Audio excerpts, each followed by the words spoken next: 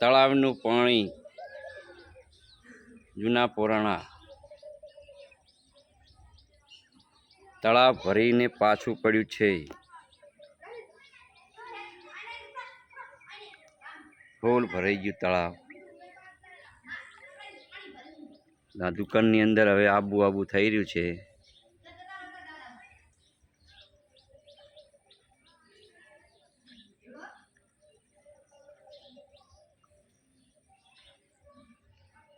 આંગણે પડ્યું છે પાણી.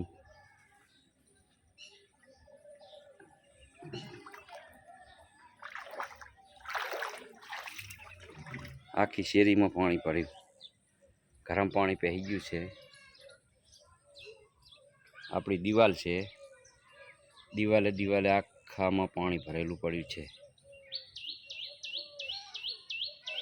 હેડવાની કોઈ જગ્યા જ નથી. ક્યાંથી હેડવું પ્રશ્ન બની ગયો છે.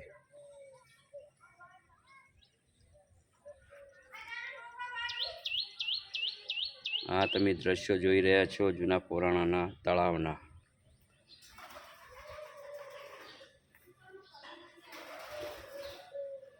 આપણે આવી રહ્યા છીએ પોંચાભાઈના ફાર્મ હાઉસમાં. ઘરે અંદર પાણી પહેરી ગયું છે.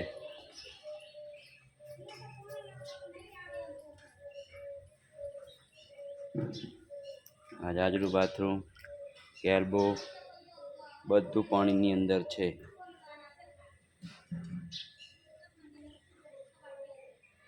બધું પાણીમાં.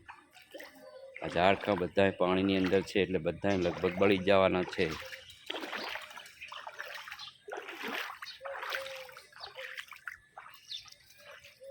કાલ પાણી હતું નહીં, આજે પાણી ફૂલ આવી ગયું છે.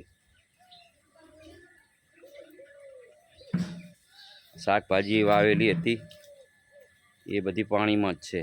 એટલે 2 દિવસ તો આવી રહેશે, પછી કાલે 2 દિવસ પછી બળી જશે. પાણી આવું નવું રહેશે તો.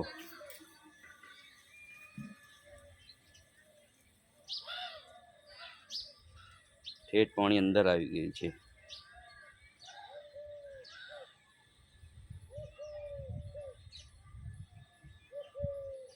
આ બધા ઝાડખા પાણીની અંદર છે એટલે પાણીમાં લાંબો સમય ટકે નહીં, બળી જાય. લીંબોડી છે, લીંબોડી તો લગભગ બળી જ જશે, પાણીની અંદર છે.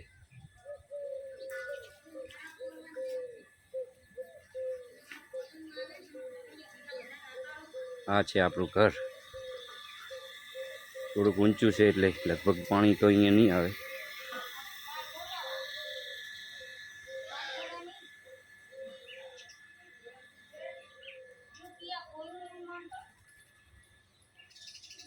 ઘરની પાછળ તળાવ છે.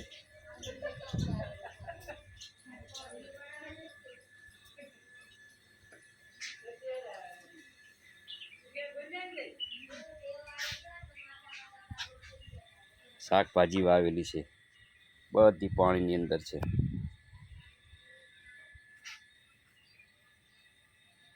આખા વાહમાં પાણી છે.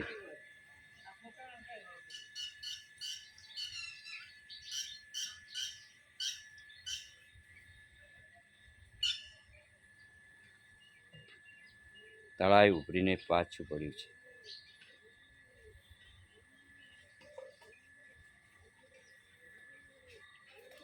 મરચાં અહીંથી ઉખાડીને અહીં નવા વાવ્યા છે. આ લગભગ બચી જાય તો બચી જાય. મરચાં અને રીંગણા.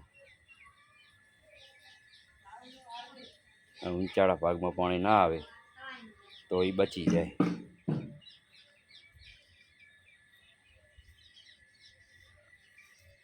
વાલોળના વેળા છે, આંબો છે, આંબાને વેલા વળગ્યા છે. આ છે મેઠી ચીભડી.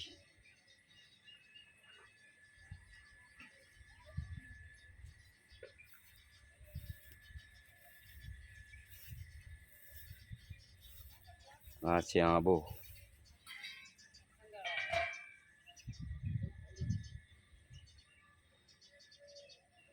આવી ગયું તળાવની અંદર.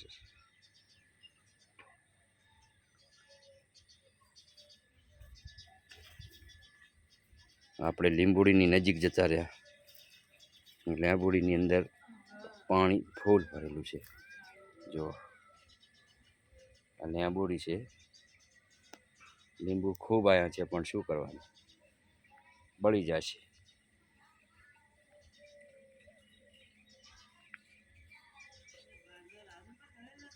બધી શાકભાજી વાવેલી છે. શાકભાજીની અંદર પાણી આવી ગયું છે એટલે બળી જવાની જ છે.